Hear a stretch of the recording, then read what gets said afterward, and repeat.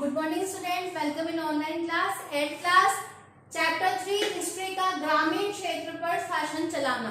इसके पहले मैंने आपको बताया था कल क्लास में मैंने आपको बताया था कि ईस्ट इंडिया कंपनी का ग्रामीण क्षेत्र पर आगमन हो गया था और वो यहाँ पर भी शासन चलाना चाहती थी और वो किसानों को इस तरह से मजबूर कर रही थी कि वो उनके अनुसार ही खेती करे और नई व्यवस्था उत्पन्न करे। तो आज हम पढ़ेंगे कि एक नई व्यवस्था किस तरह से आई कि 19वीं सदी की शुरुआत में ही कंपनी के बहुत सारे अधिकारियों को इस बात का यकीन हो गया था कि राजस्व बंदोबस्त में दोबारा बदलाव लाना जरूरी है। जब कंपनी को शासन और व्यापार के अपने खर्च से चलाने के लिए पैसे की जरूरत हो तो वह स्थायी रूप से इन राजस्व से तय करके काम कर कैसे जा सकती है। बंगाल प्रेसिडेंसी के उत्तर पश्चिमी प्रांतों में हॉल्ट मैकेंजी नामक अंग्रेज ने एक नई व्यवस्था तैयार की जिसे 1822 में लागू किया गया। हॉल्ट मैकेंजी नामक अंग्रेज ने एक नई व्यवस्था लागू की थी जिसको 1822 में लागू कर दिया गया था। मैकेंजी को विश्वास था कि उत्तर भारतीय समाज में गांव एक महत्वपूर्ण सामाजिक संस्था है क्योंकि वहां गांव अधिक है और वहां पे गांव अधिक है तो वहां पे किसानों की संख्या भी ज्यादा है और उसको बचाए रखना चाहिए। उसके आदेश पर कलेक्टरों ने गांव-गांव का दौरा किया और जमीन की जांच की, खेतों को मापा और विभिन्न समूह के रीति रिवाजों पर दर्ज किया। गांव-गांव के एक खेत में अनुमानित राजस्व को जोड़कर हर गांव व समूह को महाल से वसूल होने वाले राजस्व का हिसाब लगाया जाता है। इस राजस्व को स्थायी रूप से तय नहीं किया गया बल्कि उसमें समय समय पर संशोधन करने की गुजारिश रखी गई कि उसको समय समय पर हमें सुधारना जरूरी है। राजस्व इकट्ठा करने और उसे कंपनी को अदा करने का जिम्मा जमींदार की बजाय गांव के मुखिया को सौंप दिया कि पहले तो किसका था, जमींदार का था, लेकिन अब उन्होंने क्या किया कि इसका इकट्ठा करने का जिम्मेदारी गांव के मुखिया की होगी, उसकी जमींदार की नहीं होगी। इस व्यवस्था को महालवारी बंदोबस्त का नाम दिया गया कि महालवारी बंदोबस्त का नाम किसे दिया गया कि जिसमें राजस्व इकट्ठा करने का दायित्व किसका होगा, मुखिया का होगा, तो उसको महालवारी बंदोबस्त नाम दिया गया। फिर अगला टॉपिक आता है मुनरो व्यवस्था। ब्रिटिश नियंत्रण वाले दक्षिण भारतीय इलाकों में भी स्थायी बंदोबस्त की जगह नई व्यवस्था अपनाने का प्रयास किया जाने लगा। वहां जो नई व्यवस्था विकसित हुई उसे रैयतवार या रैयतवारी भी नाम दिया गया। कैप्टन अलेक्जेंडर रीड ने टीपू सुल्तान के साथ चले युद्धों की के बाद कंपनियों द्वारा कब्जे में किए गए इलाकों को इस अवस्था पर आजमा कर देखा और थॉमस मुनरो ने इस व्यवस्था को विकसित किया। धीरे धीरे पूरे दक्षिण भारत पर यह व्यवस्था को लागू कर दिया गया। रीड और मुनरो को लगता था कि दक्षिण में परंपरागत जमींदार नहीं थे, इसलिए उनका तर्क यह था कि सीधे किसानों में ही बंदोबस्त करना चाहिए कि अगर हमें कोई सुधार लाना है तो हमें सीधे किसानों को ही बंदोबस्त करना है, सीधा किसानों को ही ठीक करना है। पीढ़ियों से जमीन करते आ रहे हैं क्योंकि उनको उस जमीन की पूरी जानकारी होती है क्योंकि वो पीढ़ियों से उसमें खेती करते हुए आ रहे हैं।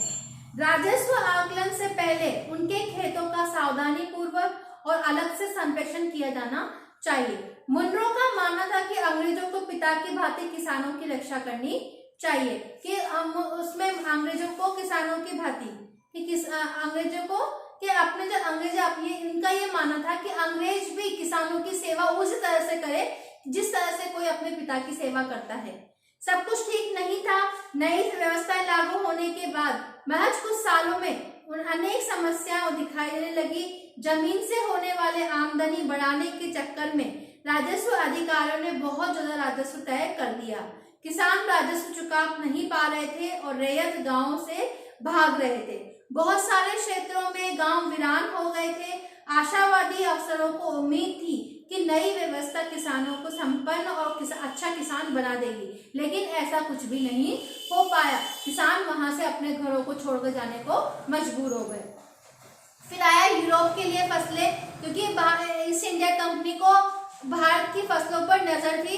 वो चाहते थे कि यहाँ की हम अच्छी से अच्छी किस्मों को हम वहां पर ले जाएं। तो अब यूरोप के लिए फसलें उगाई जाने लगी। अंग्रेजों ने यह महसूस किया कि ग्रामीण इलाके न केवल राजस्व प्रदान कर सकते हैं बल्कि वहां यूरोप की जरूरतों के हिसाब से सही फसलें की पैदा भी की जा सकती है। 18वीं सदी के आखिर तक कंपनी ने अफीम और नील की खेती पर पूरा जोर दिया जाने लगा। अब उनको क्योंकि अपने यहाँ के नील जो कि वहां पे बहुत ज्यादा मांग थी, क्योंकि उससे कपड़े रंगने का इनका कार्य क्या अपने यहाँ की प्रिंट, इसलिए उनको बहुत ज्यादा पसंद थी, तो वो नील की खेती करने के लिए किसानों को मजबूर करने लग गए। इसके बाद लगभग 150 सालों तक अंग्रेज देश के विभिन्न भागों में किसी न किसी फसल के लिए किसानों को मजबूर करते रहे।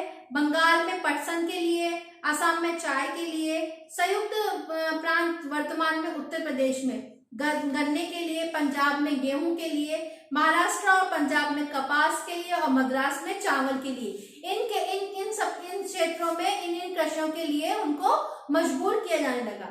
ये अंग्रेजों ने अपनी जरूरतों की फसलों को खेतों में फैलाने के लिए कई तरीके अपनाए।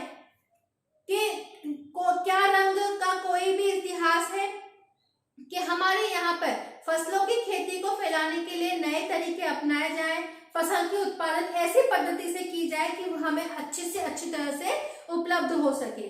कि यहाँ पे हम देखते हैं कि विलियम मॉरिस द्वारा बनाए गए फूल और छापों की प्रिंट भी वहाँ पे बहुत ज्यादा फेमस थी, कि अपने यहाँ पे प्रिंट जो थी वो लोगों को यहाँ पे अच्छी किस्म के कपड़े और अच्छी किस्म की प्रिंट शाही का यूज करके यहाँ पे प्रिंट का काम किया जाता, तो वो वहां तक लोगों की इतना बढ़ गया उसका प्रसार कि लोग इसकी मांग जो थी वो दिन प्रतिदिन बढ़ती चली गई। इन छापों में जो नीला रंग दिखाई दे रहा है वो नील नाम के एक पौधे से निकाला जाता था। इस बात की काफी संभावना है कि 19वीं सदी के ब्रिटेन में मॉरिस के छापों में इस्तेमाल किया गया नीला रंग भारत में उगने वाले नील के पौधों से तैयार किया गया था। उस समय भारत दुनिया में नील का सबसे बड़ा स्रोत था, तो सबसे ज्यादा कृषि जो यहाँ पे की जाती थी वो यहीं पर भारत में की जाती थी। ठीक है, अब भारतीय नील की मांग जो थी वो विदेशों में होने लगी। नील का पौधा मुख्य रूप से उष्णकटिबंधीय इलाकों में ही उगता था। 13वीं सदी तक इटली, फ्रांस, ब्रिटेन के कपड़ा उत्पादन कपड़े की रंगाई के लिए भारतीय नील का इस्तेमाल कर रहे थे। उस समय भारतीय नील की बहुत थोड़ी मात्रा में ही यूरोपीय बाजारों में पहुंची थी, कि उस समय इतनी डिमांड नहीं थी, कुछ मात्रा में वहां पहुंचाई जाती थी, उसकी कीमत भी बहुत ऊंची रहती थी। इसलिए यूरोपीय कपड़ा उत्पादनों को बैंगनी और नीले रंग बनाने के लिए वोल्ड नामक एक और पौधे का निर्माण करना पड़ता था। वोल्ड पौधा शीतोष्ण क्षेत्र में उगता था, मतलब ठंडे क्षेत्रों में, इसीलिए यूरोप में आसानी से मिल जाता था। उत्तरी इटली, दक्षिणी फ्रांस और जर्मनी और ब्रिटेन के कई हिस्सों में यह पौधा उगता था। नील के साथ प्रतिस्पर्धा के परेशान यूरोप के बोर्ड उत्पादकों ने अपनी सरकार पर दबाव डाला कि वो नील के आयात पर पाबंदी लगा दे, कि अब ये नील के आयात पर पाबंदी लगा दे ताकि ये और किसी को ना मिल सके। मगर कपड़े को रंगने वाले नील को ही पसंद करते थे। नील से बहुत चमकदार नीला रंग मिलता था, जबकि वोट से मिलने वाला रंग बेजान और फीका होता था। 17वीं सदी के आते आते यूरोपीय कपड़ा उत्पादकों ने नील के आयात पर लगी पाबंदी में ढील देने के लिए सरकार को राजी कर लिया, और कैरिबियाई द्वीप समूह स्थित सेंट डोमिंगो में फ्रांसीसी, ब्राजील में पुर्तगाली और जमैका में ब्रिटिश और वेनेजुएला में स्पेनिश लोग नील की खेती करने लगे। उत्तरी अमेरिका के बहुत सारे भागों में नील के बागान सामने आ गए और 18वीं शताब्दी के आखिर तक भारतीय नील की मांग और बढ़ गई और ब्रिटेन में औद्योगिकरण का एक युग शुरू हो चुका था। उसके कपास उत्पादन में बहुत मात्रा में बढ़ोतरी हुई। कपड़ों की रंगाई और मांग तेजी से बढ़ने लगी और नील की मांग भी उसी दौरान वेस्ट इंडीज और अमेरिका से मिलने वाली आपूर्ति के कारणों से बंद हो गई और 1783 और 89 के बीच दुनिया का नील उत्पादन आधा रह गया। ब्रिटेन के अंग्रेज अब नील की आपूर्ति के लिए बेचैनी से किसी और की तलाश में लगे हुए थे कि अब हम नील कहाँ से लें। ठीक है, आपको यहाँ तक समझ में आ गया होगा। अब अगली क्लास में हम पढ़ेंगे कि भारत में ब्रिटेन की बढ़ती दिलचस्पी। ब्रिटेन भी अब भारत में अपनी दिलचस्पी दिखाने लग गया था। Thank you, have a nice day.